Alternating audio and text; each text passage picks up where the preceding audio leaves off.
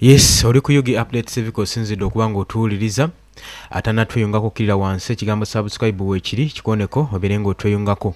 Olunaku olw'eggulo lwabadde lwakusatu gwe mukwano gwange ali eyo ampuliriza. Lwabadde lunaku lwakusatu nga Gen Muhoozi Kainerugaba agenda mu maaso n'okubeera ng'akuza omukolo embuya ogwa retirement nga bagenda mu maaso n'okuba nga baritayalinga ba senior officers abawera mu 222. Naye njagala twetegereze ensonga eri mu kino.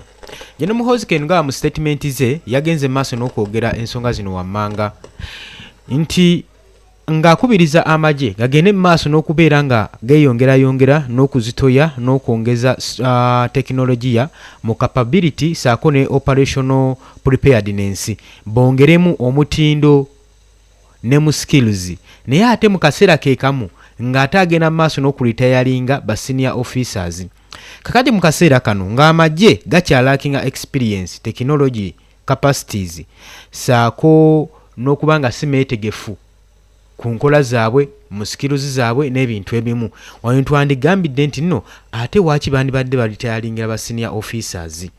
Kubanga ajjukira bulungi nnyo gwe mukwano gwange mpuliriza nti okuritayalingisa aba senior officers mu UPDF liringa ekkobaane ery'okwagala okuggulirawo oluggi Chief of Defence Force Muhoozi Kainerugaba nga so kiri kitya nti buli muntu abadde tali mu mulembe gwa Gen Muhoozi Kainerugaba baagala okubeera nga bamuwummuza basobole okutemera Muhoozi Kainerugaba ekkubo nga talina obstacle n'emu eyinza mmukugira kutambuza bukulembeze nga bw'ayagalizibwa okusikira entebe y'obukulembeze.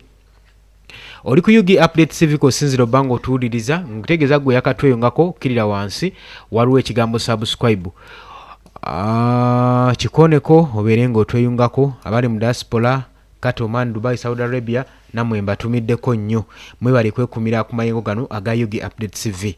Twalaba omwaka gwali gwa 2024-2025 ng'era waliwo amagye agagenda okubeera nga gawummuzibwa agaali gawera 2,000 nga mulimu ba senior officers nga baagala okubawummuza naye nga mu kaseera woba ogeraageranyizaamu emyaka gy'abannamagye gye basaanidde okuba nga bagenda ku retirements zaabwe ng'olabira ddala abamu kyadde tekisaanidde nga kitegeeza waliwo personal interest eyali emabega w'okuwummuza ba senior officers. Kati kiri kitya abasinga abatunuulidde ensonga eno bagamba niwankubadde omwaka ogwaggwa oba 2024 ku 2025 baritayalingisa amagye omwali ne ba officers abaali bawera 2,000. Kakati bano bo bagamba nti okuwummuza amagye amangi nolaba nga ennamba nnene ebeera nga aidawutu ey'okwekeramu omulamu omukulu ogulimu nti bayinza okugenda maaso n'okulitayalinga ba senior officers naye nga tageti yaabwe ebadde y'abantu nga 3 be baagala okubeera nga bawummuza. Tujjukiremu nga bawummuza Geno Erweru. Geno Erweru we yali awummuzibwa ba Lieutenant Erweru sijjukira bulungi kati goli mwagwa naye we yali awummuzibwa tebamugamba direct ntwagala kuwummuza mbu yatuuka dda mu retirement age ye nedda wabula baddira amagye agawera 1,000 ge gawummuzibwako naye okukweka ensonga eno era mu byabagambye ayagala okunyweza n'okustrengtheninga amagye ogenda kikola otya nga ba senior officers obawummuza ng'ate ba junior tebannaba kubeera nga bagayininga experience y'abano gye bayina. Uliriza ebyabadde embuya olwadde lunaku lwakusatu binjagala okuba nga tuyitaayitamu Michi Muhoozi Kainerugaba bye yagenze maaso n'okwogera. Njagala nsooke nkuteereko akatambi ka Chief of Defence Force Muhoozi Kainerugaba olabe ku statement ze ku biki bye yagenze maaso message ki gye yasindise ba senior officers abadde bagenda maaso n'okuritayalinga. Ekyewuunyisa nti yabakubirizza nti okubanga bagenda mu retirement kigasa kya muwendo nnyo mu kigenda mu maaso n'okubeera nga kibaggula obwongo okukola ku activities endala ezibagaininga ng'okulima, okulunda, emirimu emirala weegityo.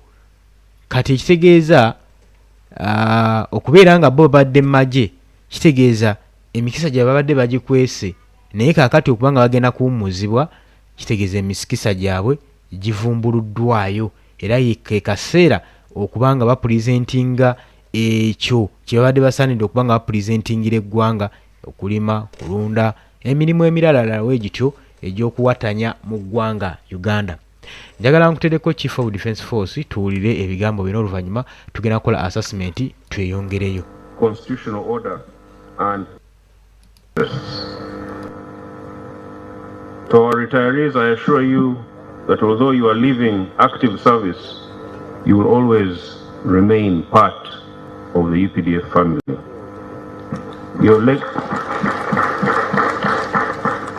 Your legacy will continue to inspire future generations of officers, militants, and civilian personnel. We value your service, honor your sacrifices, and remain deeply grateful for your loyalty to our country. I also wish to assure all Ugandans that the UPDF remains a professional force and a pillar of peace and stability in our region and beyond. We are always ready to contribute to peace support, humanitarian assistance, and stability whenever called upon. Yes, tulebiwuliddeko bulungi nnyo bye bigambo okuva mu Chief of Defence Force Muhoozi Kainerugaba. Kakati Ugandan Military Chief of Defence Force Muhoozi Kainerugaba agenze mu maaso n'okubeera nga akoowoola wabeerawo modernization eri amagye mu forces zonna okonfront basobole okubeera nga benganga terrorism, cybercrimes saako ne emerging security threats. Nga basirikale oba senior officers mu magye 222 bagenda mu maaso n'okubeera nga balitayalinga okuva mu active service ku lunaku lwabadde lwakusatu olw'eggulo. Chief of Defence Force Kainerugaba yabadde ayogera ku UPDF Joint Service Headquarters Embuya olunaku olwadde lutegekeddwa ku mukolo ogwa retirement okulitayalingisa bakoloneri ba lieutenants, colonels saako ne majors nga bali under branch 16. Jukira nti nno twakava okubanga tukyali mu saga y'okutwala aba UPDF mu Gaza okusobola okugenda otebenkeza emirembe mu kitundu ekyo ekibadde kijjuddemu olutalo. Kati mu kaseera ke kamu tuli mu kulitayalingisa bakoloneri ba major ba lieutenant mu UPDF mu Uganda People's Defence Force. Nono ejje lijje lirimu lyasayiningibwa okubeera nga liwakingira oba nga lyakitingira wansi wa civilian, wansi w'omuntu wa bulijjo ate nga lirina sigala nga liri neutral, nga liweereza side zombi, side ey'abantu saako ne side eya government. Oli ku Yugi Update CV nyongera okujjukiza gwe yakatweyungako nti kirira wansi waliwo ekigambo subscribe kikoneko obeere nga otweyungako. General Muhoozi Kainerugaba bwadde asinziira ku Uganda People's Defence Force agamba nti nno bageze maaso n'okwetabika kukola ebintu eby'omuwendo nga basinziira ku origin n'okuliberatinga struggle eyeetaagisa okudipakinga security threats.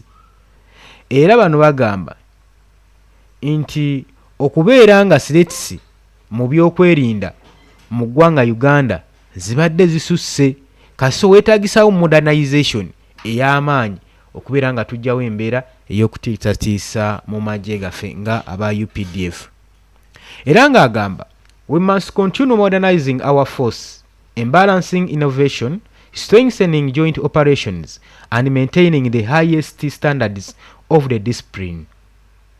Accountability and readiness bibyadde bigambo bya Chief of Defence Force ku mukolo Embuya ng'agenda maaso n'okuwa speech ku retirement officers, retiring officers abadde bagenda maaso n'okubeera nga bakomekkereza active services zaabwe mu Uganda People's Defence Force nga bagamba we must continue modernizing our force. Titulina okugenda maaso n'okubeera nga tumodernizinga, tuteeka ejje lyaffe ku mutindo, tulyongerayongerayo force yaffe, saako n'okubeera nga tukola innovation n'okuwumbirira wonna wonna weetaagisa okugaafuula ag'amaanyi mu operation zonna ze gagenda maaso n'okukola sako n'okumaintaininga standards ebeere waggulu nnyo omwo nga n'empisa mwe tugigasse saako n'okukola embaliriramu abo abagenda mu maaso n'okweyisa obubi byabadde bigambo bya Chief of Defence Force.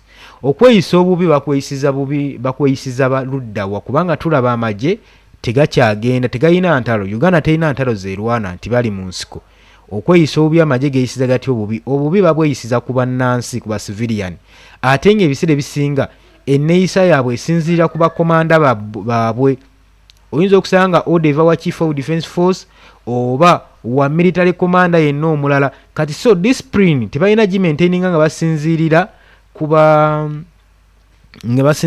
junior officers wabula nga basinziira kuba senior officers agenda maaso n'okutowa command zibano kitegeeza basiiwuka empisa ate bye beetaaga n'okumodernizinga service zaabwe okusinziira mu ntegeera yaabwe nga mu magye olibanga eggwanga linaafuna ku buweerero. Naye Chief of Defence Force kino kyaliko nze ndaba nga kikyabulamu olw'ensonga nti mubanga bagenda kulitayalinga ba senior officers ne balowooza nti okulitayalingisa bano yengeri yegenda okumaintainingamu discipline n'okustrengtheningamu amagye g'eggwanga Uganda. Amagye g'eggwanga Uganda tugatyobodde nnyo ng'ate ffe abakulu abakulembera amagye gano ffe abagatyoboola amagye g'eggwanga. Kankuweyo example emu. Ennaku eziyise emabega King Saha abadde mu kibuga yasoose n'atwalibwa ab'ebitongole ebyokwerinda omuli nga abapoliisi ababadde mu non-uniform ne bagezaako okwagala omuwamba wabula abawagizi be ne beekunga lumu ne bawulira emesa operation eno. Ekyaddiridde kye twalabye kwe kuwunjula abajeeti anti-terrorism force be bayungudde okugenda okukwata King Saha.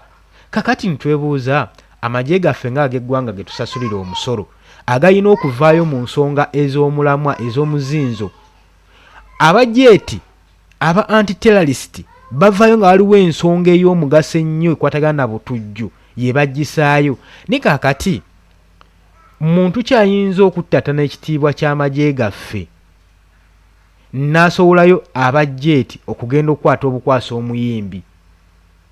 Temulaba nti n'abakulembeze baffe mwe mugenda mu maaso n'okutyoboola ekitiibwa ky'amagye gaffe n'okugawewula n'okugafuula wiiki mu ngeri ezimu. Kati ekikola ng'ekyo ddala King Saha yadde asaanidde okubeera nga adeployingibwa abajeeti bagende maaso n'omumukwata. Ki kye badde bagezaako okukola kuzito ya King Saha kulaga nti nno b'amaanyi nti singa olemereddwa tulina abalabe tusobola okusikirayo ku nsonga ki. Kati ensonga nayo oba kirowoozo ekyo kisaanidde okubeera nga kirowoozebwako gw'omukwano gwange ali eyo ampuliriza. Oli ku Yugi Update TV kosinziro bango tuwuliriza ngwatana tweyungako njagala okujjukiza nti ekigambo subscribe wansi weekiri kikoneko obeere nga otweyungako. Okusinziira ku nsonga ezigenda mu maaso, Muhoozi Kainerugaba yagenze maaso n'okwogera ku nsonga eza na-identifyinga ku terrorism, obutujju, cyber crimes, saako ne climate erelatinze ku disasters ne challenges ezigenda mu maaso mu military. Zino ensonga nga ze ziremesezza okustrengtheninga amagye saako n'okwongeza technology ne capability eri mu operational preparation. Kati zino ensonga zigenda kukola zitya nga abakulu bennyini be bagenda mu maaso n'okunafuya amagye g'eggwanga Uganda. Uganda we tuba tugyogerako eyina amagye oba tuyita troops zedeployinze mu Eastern Democratic Republic of Congo. Eyo nno abayeekera ba Uganda People's Defence Force gye bagenda mu maaso n'okukwasaganyiza operations eri obubinja bwa bayeekera bayitiddwa oba abamanyikiddwa nga Islamic States, aba Allied Democratic Forces ADF saako ne mu ggwanga erya Somalia. Kati wuuyo tubadde tugenda na Gaza, simanyi oba twatuuseeyo oba tetunnaba. Amagye gano ng'agenda maaso n'okudeployingibwa mu bitundu by'amawanga ag'enjawulo okwetooloola eggwanga Uganda, omuli Congo, Sudan ne Somalia, nga gamaintaininga gagenda maaso n'okukola operations okugumbulula obubinja bw'abayeekera bwe twandiyise Islamic States mu mawanga ago. Uganda tuganyulwamu tutya, amagye gaffe gaganyulwamu gatya, ebyo byonna byonna tebannabiteeka ku mmeeza bitubuulira. Wabula ne wano babadde nga bayise etteeka mu parliament nga baagala okwapproving amagye okugenda mu Gaza okutebenkeza emirembe. Bye batannyonnyoddeko abakulembeze y'engeri ki bannayuganda gye babenefitingiramu mu kino n'amagye engeri gye gaganyulwamu saako ne families zaabwe. Kubanga ebiseera ebisinga tugenda nitutunuulira ensonga zino nga tulaba amagye gaffe gadeployingibwa mu busambattuko nga gatwalibwa mu risky places ne galisikinga ne bagenda ne obulamu bwabwe ne busaanira bweyo. Naye ng'ate abakulembeze ba commanders bagenda mu maaso n'okufuna mu nsonga eno naye ng'ate gunga g'amagye tegalina kye gafunyeemu, tegalina kye gaganyuddwamu. Kati twebuuza ensonga eno eri etya, ebalansingiddwa etya okubanga ne junior officer gw'osindika mu lutalo bw'aba afunye omwaganya aba akomyewo kale n'abatakomyewo butya bwagenda okiganyulwamu. Ensonga tennabeera kubeera ng'ekakasibwa. Kaakati regions ezigenda mu maaso n'okubeera nga zifeesinga multiple conflicts omwe muli abayeekera ba M23 agenda mu maaso n'okulwanira mu Eastern Democratic Republic of Congo. Olutalo oluli mu Sudan lugenda mu maaso n'okuba nga luteekawo instabilities mu South Sudan. Olwo nno ne kyeyongera okubeera nga waliwo demand ey'amaanyi okwetooloolwa cross borders mu security operations nga zibanja. Kitegeeza amagye ga UPDF be baana baliwo okutereeza ensonga eyo okugenda mu operations ng'ezo. Amagye gaffe ngaffe ag'eggwanga Uganda ge tugenda mu maaso n'okusindiikiriza mu butabanguko ng'ate eggwanga lyaffe tetumanyi litya bwe liganyulwamu. Amagye ago lwaki tuli so concerned nga bannayuganda nti gasa omusolo gwe tusasula gugenda mu maaso n'okusasula amagye ago, so tegalina kukyooboolebwa oba kutwalibwa nga kintu kiri awo ekyokukozesa. Galina okuba nga gakonsidaringibwa mu variable. General Kainerugaba yagambye retiring officers nti okubanga bagenda mu maaso n'okubeera nga bakomekkereza oba nga balekulira active military services tekirina kubeera nga kikomekkereza contribution yaabwe eri public life. Era nga bagamba bakozesa experience zaabwe obukodyo n'obumanyi bwe bajje mu magye babukozese mu community ne mu bukulembeze, bagende maaso n'okumonitaringa enkulaakulana mu bulamu bwabwe.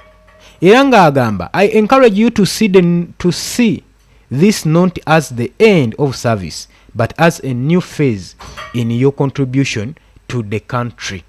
Nga bagamba mbakubiriza mulabe kino nga si y'enkomekkerero y'obuweereza bwammwe, eneebeere nga ntandiko empya mu kubaako ne kye muteekawo ne kye mwongerako eri eggwanga lyammwe.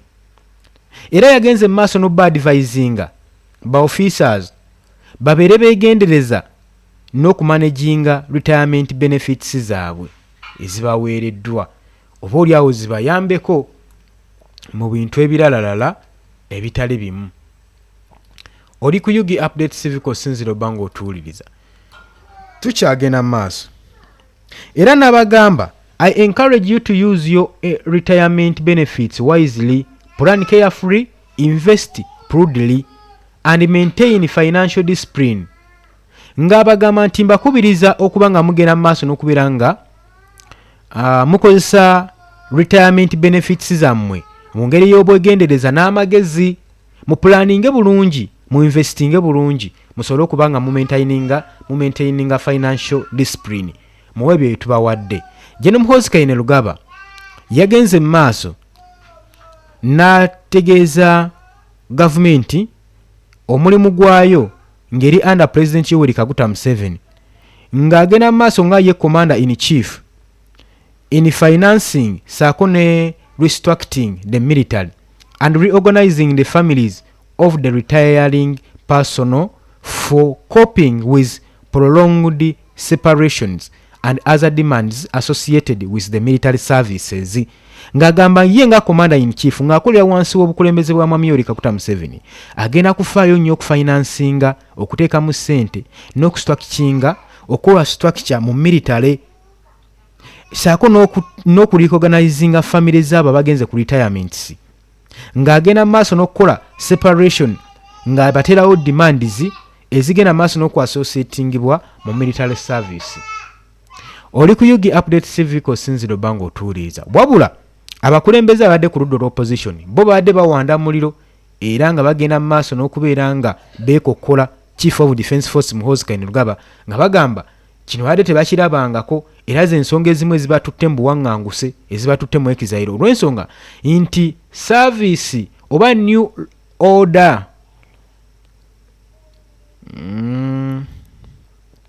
new government order giyagala ofugisa eggwanga ebasobedde tebasobola gimaintaininga era tebagende maaso n'okumaintaininga obukulembeze bwabwe n'okugenda okulwanagana n'okuriticizinga kwebyo bigenda maaso mu bukyamu ku gavumenti byekola nga bali wabweru w'eggwanga era nga bagamba ekirowoozo kyabo nga bo abalabira ewala so saaba balabira okumpi era nga bamu bagenda maaso n'okwekokola nga bagamba bali tebalabangako muntu ayinza kukwata munnaabwe n'agenda maaso n'okumucunya n'amuteeka mu torture chambers ate ngeno bwe baselebratinga bino byadde bigambo bya Ibrahimu Ssemujju Nganda nabyo ngenda kubanga mbikuwaako owulire bagenda maaso n'okuttotola akawanvu n'akagga eri Chief of Defence Force eri ba military officers newankubadde abamu bagenze mu retirements naye bagenze okugenda nga bebeekokkola.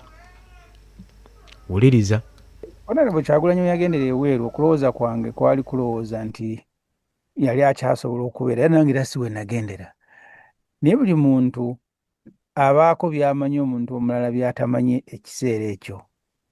Kyova olaba Dr. Besigye okutandika okulwanagana ne Museveni yakutandika mu 2000 embaawo era abamu ku bantu abeemwegattako oluvannyuma nga bawona Bamanya Mushega bajje n'omuntu baatuuza meeting yawo mu public service ewandegera ebiseera ebyo nga Manya Mushega ye Minister wa Public Service ne batuuza meeting ewandegera ne bagamba nti Besigye Museveni sooka omuleka agenda kwesimbawo kisanja kimu agende kati bo ye yali endaba yaabwe. So endaba yange Honorable Kyagulanyi yagendera yali ekyo naye kati ekyuse kubanga nali sinaba kulabayo Muhoozi ng'akwata omuntu n'amutulugunya naye ng'ate bw'ataddewo ne pate bali waka bajaganya Lukwago tumukubye kati afuka Lukwago tumukubye ebyo bipya bizzeewo bbanga lino kati ye Honorable Kyagulanyi yagendera yalina assessment ffe gye tutayina nga tulowooza nti tukyasobola okugenda mu maaso ne struggle mu Uganda.